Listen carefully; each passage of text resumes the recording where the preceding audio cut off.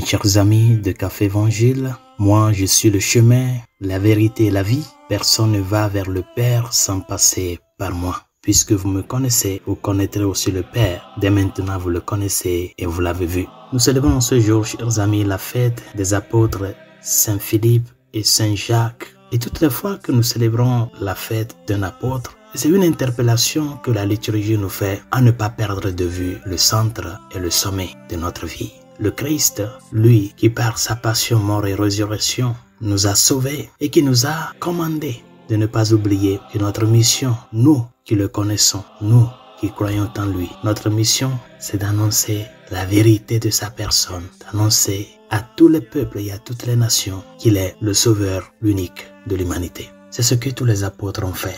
Et c'est ce qui signifie le martyre des apôtres. Hier, j'ai lu un article qui m'a vraiment interpellé, qui dans ce contexte du prochain conclave, à travers lequel les cardinaux auront à élire le prochain successeur de Pierre, l'articuliste fait mention de ce qu'a été la célébration liturgique de cette semaine et qui est émaillée de certaines figures très importantes qui peuvent nous interpeller comme un signe que le Seigneur nous donne à ces quelques jours et qui nous séparent du début du conclave. Et justement, il faisait mention de tous les saints que nous avons célébrés ces jours-ci. Le mardi passé, nous avons célébré la mémoire de Sainte Catherine de Sienne, cette femme vaillante qui, avec charité, respect, s'est dirigée au pape Grégoire XI dans ce contexte un peu d'une révolte qu'il y avait dans l'église, qui s'est dirigée à lui et l'a invité à retourner à Rome, au siège de Saint-Pierre, qui est le symbole de l'unité. Le mercredi, nous avons célébré la mémoire de Saint Pie V,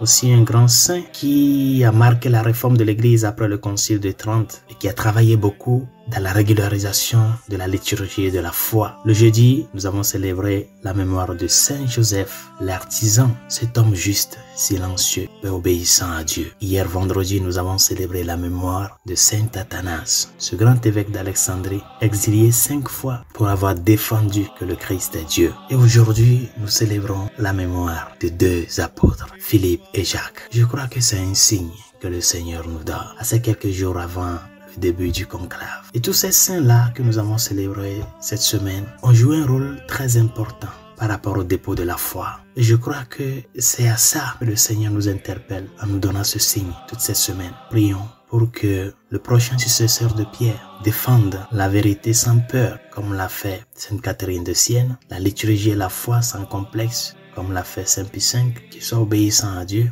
comme l'a fait Saint Joseph, qu'il soit disposé à être méprisé, pourvu de ne pas trahir le Christ, comme Saint Athanas l'a incarné, et qu'il suive les pas des saints apôtres, Philippe et Jacques, qui ont versé leur sang pour la cause de l'Évangile. Oui, chers amis, à nous aussi certaines fois, cette question de Philippe peut se réveiller en nous. Seigneur, montre-nous le Père et cela nous suffit. Et il te dit, je suis le chemin qui mène vers le Père, la vérité du Père et la vie divine, qui n'est autre que cette vie éternelle que je suis venu t'annoncer et te transmettre. À toi de t'ouvrir à ce chemin-là, à cette vérité-là et à cette vie que je suis. Que les saints apôtres Philippe et Jacques intercèdent pour nous.